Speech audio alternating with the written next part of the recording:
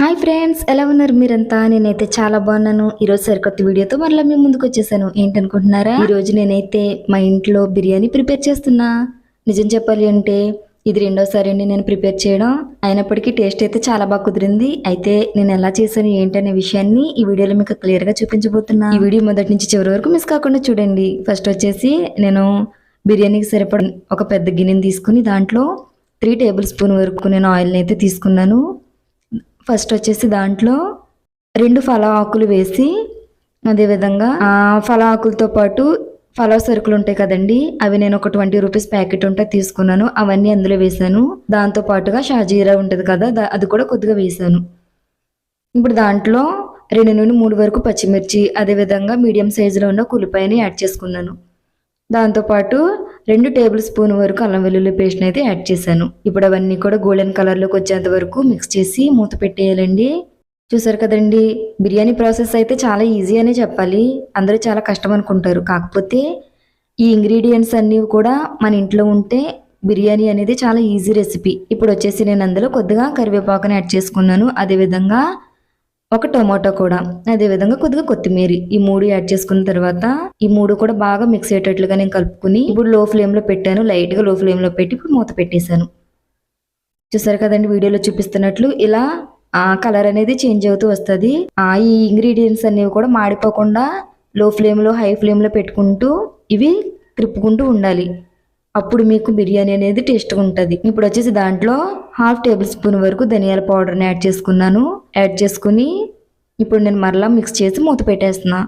చూసారు కదండి, వీడియోలో చూపిస్తున్నట్లు ఈ రకంగా గోల్డెన్ కలర్ వచ్చేంత వరకు మనం వాటిని ఫ్రై చేసుకోవాలి. మీకు మరలా చెప్తున్నాను, ఇందులో ఏ ఇంగ్రీడియంట్ కూడా మనకు మాడిపోకూడదు. ఇప్పుడు కొలతలు చూద్దాము. నేను ఇప్పుడు మీకు చూపిస్తున్నటువంటి ఈ గ్లాస్తో 1.5 వరకు వాటర్ని అయితే తీసుకున్నాను. బిర్యానీలో మనం తీసుకునే కొలతలు ఏంటంటే దేంతో అయితే తీసుకుంటామో దానికి డబల్ తీసుకోవాలండి. నేను 1.5 తీసుకున్నాను కాబట్టి 3 గ్లాసెస్ వరకు దాంతో వాటర్ని అయితే యాడ్ చేశాను.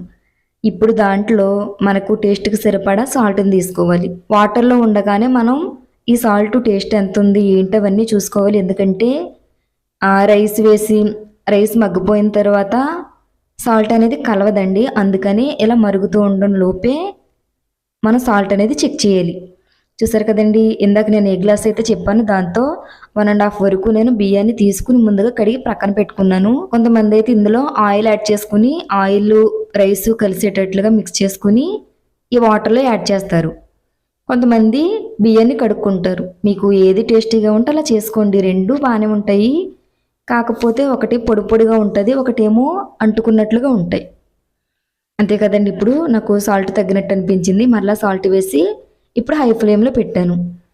వీడియోలో చూపిస్తున్నట్లు ఇలా పొంగేంత వరకు కూడా మనం హై ఫ్లేమ్లో పెట్టుకోవాలండి. ఇలా పొంగిన తర్వాత అప్పుడు లో ఫ్లేమ్లో పెట్టుకోవాలి. అంతే ఫ్రెండ్స్, బిర్యానీ వచ్చేసి వీడియోలో చూపిస్తున్నట్లు చూసారు కదా ఎంత బాగుందో. వాటర్ అవన్నీ కూడా కరెక్ట్గా సెట్ అయినాయి. ఇందాక ఆల్రెడీ మసాలా వేసాను కదా, అది జస్ట్ ఉల్లిపాయలకు వాటికి మాత్రమే వేసాను. ఇప్పుడు వచ్చేసి 1 టేబుల్ స్పూన్ వరకు ధనియాల పౌడర్, 1 టేబుల్ స్పూన్ వరకు గరం మసాలా కన్ఫామ్గా వేయాలండి. ఈ 2 వేస్తే మనకు బిర్యానీ కావాల్సిన దానికంటే ఇంకా టేస్టీగా ఉంటుంది. దాని తర్వాత కొద్దిగా కొత్తిమీర, ఇవన్నీ వేసి బాగా మిక్స్ చేయాలి. మిక్స్ చేసిన తర్వాత ఒక 5 మినిట్స్ మూత పెట్టేసి ఉంచితే ఈ 3 కూడా రైస్తో పాటు మగ్గిపోతాయి. అలా మగ్గిపోయిన తర్వాత బిర్యానీ అనేది చాలా టేస్టీగా ఉంటుందండి. ఒకవేళ మీరు ఇన్ని మసాలాలు వాడను అంటే ఒక గరం మసాలా యూజ్ చేసుకున్నా, లేకపోతే ధనియాల పౌడర్ యూజ్ చేసుకున్నా, అల్లం వెల్లుల్లి పేస్ట్తో పాటు ఈ రెండిట్లో ఏదోటి యూజ్ చేసుకుని మీరు బిర్యానీ అయితే ప్రిపేర్ చేసుకోవచ్చు. చూసారు కదండి, వేడి వేడిగా నోరూరించి బిర్యానీ అయితే రెడీ అయిపోయింది. ఇప్పుడు పైన కొద్దిగా కొత్తిమీర యాడ్ చేసుకోవాలి. పుదీనా కూడా ఉంటే యాడ్ చేసుకుంటే ఇంకా టేస్ట్ అనేది బాగుంటుంది. ప్రజెంట్ నాకు పుదీనా అవైలబుల్గా లేదు, అందుకని కొత్తిమీరని యాడ్ చేసా. మూత పెట్టేస్తున్నాను. ఇంతేనండి బిర్యానీ రెసిపీ వచ్చేసి. మీరు మీ ఇంట్లో ఎలా చేస్తారు ఈ విషయాలన్నీ కూడా నాతో కామెంట్ సెక్షన్లో షేర్ చేసుకోండి. చూసారు కదండి, గుమగుమలాడే బిర్యానీ రెడీ. అంతేనండి ఈ రోజు వీడియో వచ్చేసి. ఈరోజు నేను బిర్యానీ ఎలా ప్రిపేర్ చేశాను అనే వీడియోని మీతో షేర్ చేసుకున్నా. రేపొద్దున్న బిర్యానీలోకి కాంబినేషన్కి ఏ కర్రీని యూజ్ చేస్తాం? చికెన్. ఆ చికెన్ కర్రీని నేను ఎలా ప్రిపేర్ చేస్తాను అనే విషయాన్ని నెక్స్ట్ వీడియోలో మీతో షేర్ చేసుకుంటా. చూసారు కదండి, ఈ వీడియో మీకు నచ్చితే లైక్ చేయండి, షేర్ చేయండి. తప్పకుండా మన ఛానల్ని కూడా సబ్స్క్రైబ్ చేసుకోండి. Bye friends.